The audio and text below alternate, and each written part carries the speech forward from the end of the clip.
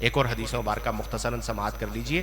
آقا کریم صلی اللہ علیہ وسلم نے فرمایا دب الیکم داء الامم قبلکم، فرمایا کہ تمہارے اندر اگلی امتوں کا ایک مرض گھس آئے گا. ایک مرض گھس آیا ہے، یعنی پہلی امتوں میں ایک مرض تھا جو تم میں آ گیا. وہ کیا ہے؟ فرمایا الحسد والبغضاء ہی الحالقۃ، فرمایا وہ حسد اور بغض ہے. یہ دو امراض پہلی امتوں میں تھے جو تم میں بھی آ گئے ہیں، حسد اور بغض. فرمایا لا اقول تحلق الشعر ولکن تحلق الدین، میں تمہیں یہ نہیں کہتا کہ یہ بالوں کو مونڈ دیتے ہیں بلکہ یہ دین کو مونڈ دیتے ہیں. اس کے بعد کے جو جملے ہیں، میں جب یہ حدیث پڑھ رہا تھا میرے رونگٹے کھڑے ہو گئے. آقا کریم نے فرمایا والذی نفسی بیدہ، اس ذات کی قسم جس کے قبضہ قدرت میں میری جان ہے، لا تدخلوا الجنت حتی تؤمنوا، تم جنت میں داخل نہیں ہوگے حتیٰ کہ ایمان لے آؤ. ولا تؤمنوا، اور اس وقت تک تم مومن نہیں ہوگے حتیٰ تحابوا، یہاں تک کہ تم آپس میں ایک دوسرے سے محبت کرنے لگ جاؤ. جنت میں داخل ہونے کے لیے ایمان شرط، اور ایمان کے لیے مومن کا مومن سے محبت کرنا شرط، اور محبت کے لیے عداوت کو ختم کرنا.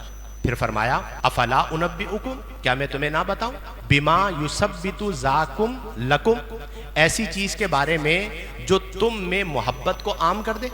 فرمایا افشوا السلام بینکم، آپس میں سلام کو عام کرو، اس سے تمہارے دلوں میں محبت پیدا ہو جائے.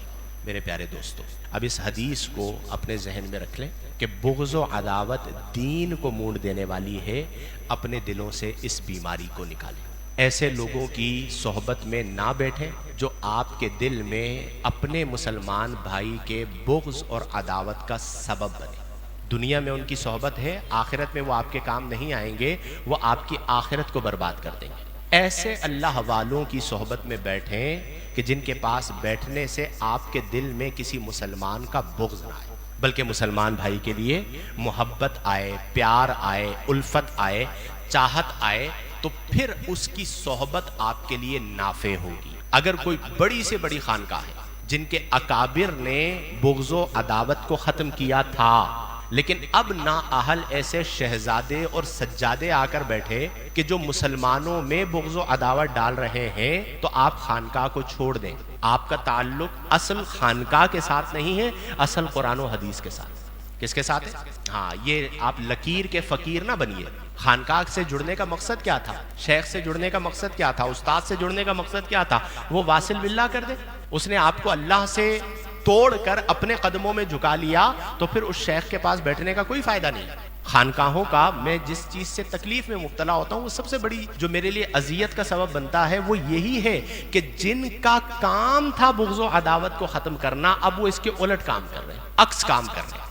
تو جس کی صحبت میں آپ بیٹھ رہے ہیں یا جس سے آپ کا تعلق ہے، آپ کو یہ دیکھنا بہت ضروری ہے کہ وہ آپ کو قال اللہ قال الرسول یعنی قرآن و حدیث کے قریب کر رہا ہے یا نہیں کر رہا. چونکہ یہ معاملہ کوئی سیدھا سا معاملہ نہیں، یہ آخرت کا معاملہ ہے، یہ دین کا معاملہ ہے. اس پر آپ کی قبر کی زندگی اور آخرت کی زندگی ڈیپینڈ کرتی ہے. کہیں ایسا نہ ہو کہ قبر اور آخرت برباد ہو جائے. تو دلوں کو اجلا کریں، دلوں کو ستھرا کریں، اپنے پڑوسیوں سے بھی پیار کریں، اپنے رشتہ داروں سے بھی پیار کریں، اپنے دوستوں سے بھی محبت کریں، اپنے لوگوں سے بھی محبت کریں، اور معاشرے کے اندر سے نفرت کو ختم کریں. اور اس کے لیے سب سے اہم چیز جو آقا کریم نے فرمایا وہ ہے افشوا السلام. کیا کرنا ہے؟ اونچی آواز سے بولیے، اور اونچی آواز سے بولیے. تو آپ میں سے کون یہ ارادہ کرتا ہے کہ میں بہر صورت جب بھی موقع ملا کرے گا پہلے سلام کیا کروں گا انشاءاللہ؟ بس یہ ایک کام کریں. خود بخود آپ غور کریں گے کہ جو آپ سے کٹ بھی جایا کرتا تھا نا، جب آپ آگے بڑھ کے ایک دن اسے سلام کریں گے تو دوسرے دن وہ آپ کو آگے بڑھ کے سلام کر رہا ہوگا. یہ مزاج اچھا نہیں ہوتا کہ میں گردن میں سریا آ جائے کہ میں کیوں پہلے سلام کروں. جو پہلے سلام کرتا ہے اللہ تعالیٰ اس کی عزت میں اضافہ فرما دیتا ہے. وآخر دعوانا ان الحمد للہ رب العالمین.